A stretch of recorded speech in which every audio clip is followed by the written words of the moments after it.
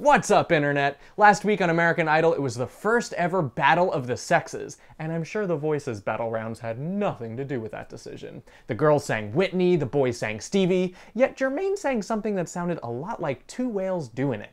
I don't wanna bore you with. And if that wasn't kinky enough for you, a barely legal teen sang about being filled up by a man. Ugh.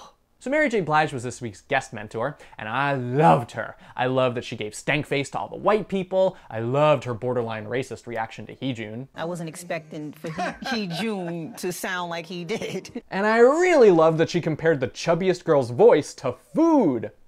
It's like a steak and potatoes. No more drama, my ass. So let's talk about the girls first. Skylar sang Where Do Broken Hearts Go with a country twang. I'm not gonna lie, I didn't really pay much attention to her performance, but only because I was too busy imagining circus dogs jumping through her giant hoop earrings. Now everyone was obsessed with Jessica Sanchez doing the old copy-paste treatment to I Will Always Love You, and yes, she sounded exactly like Whitney Houston. But is anyone gonna wanna buy a record where she's just blatantly copying another artist from the past? Only Lady Gaga can get away with that. And then my girl Elise did I'm Your Baby Tonight, a song that my girl Haley did last season. And just like Haley, when the judges were randomly really mean to her, she pouted like a sore loser. The worst part though is that she didn't even do the breakdown of the song, and that's my favorite part. Looks like I'm fatal, it's all on the table, and baby, you hold the cards. You got the magic and I got to have it. I don't want the pieces, I want every single part. I'll be your angel, I'm ready and able, whatever you want is fine. Whenever you're ready, just call on your lady, I'll be your baby tonight.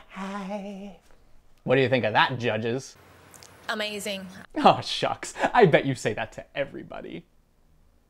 Now let's talk about the boys.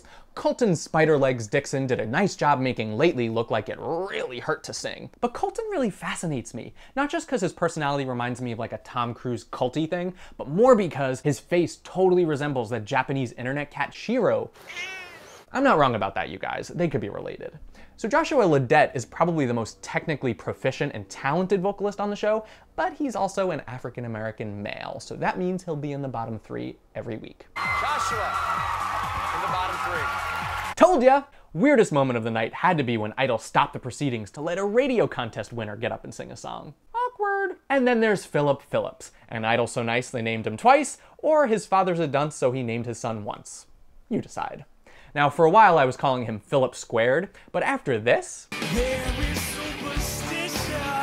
his new nickname is Dave Matthews Dave Matthews. Deal with it. And what was with all the smoke around Heejun's face and those graphics during his performance? Speaking of weed, I think my dealer gave me extra strong stuff this week, because I'm pretty sure I saw Carole King on American Idol promoting a reggae album?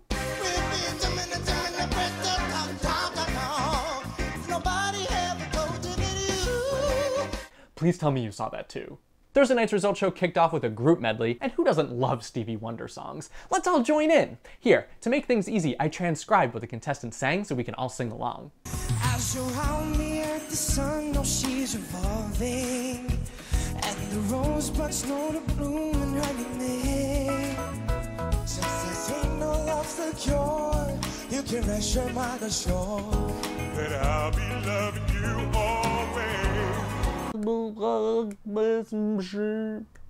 Side note, do you think Shannon McGrain realized that the entire concept of this week's Ford commercial existed only to make fun of how tall she is? And then Lauren Elena came back to debut her brand new 14-minute long single, Georgia Peaches.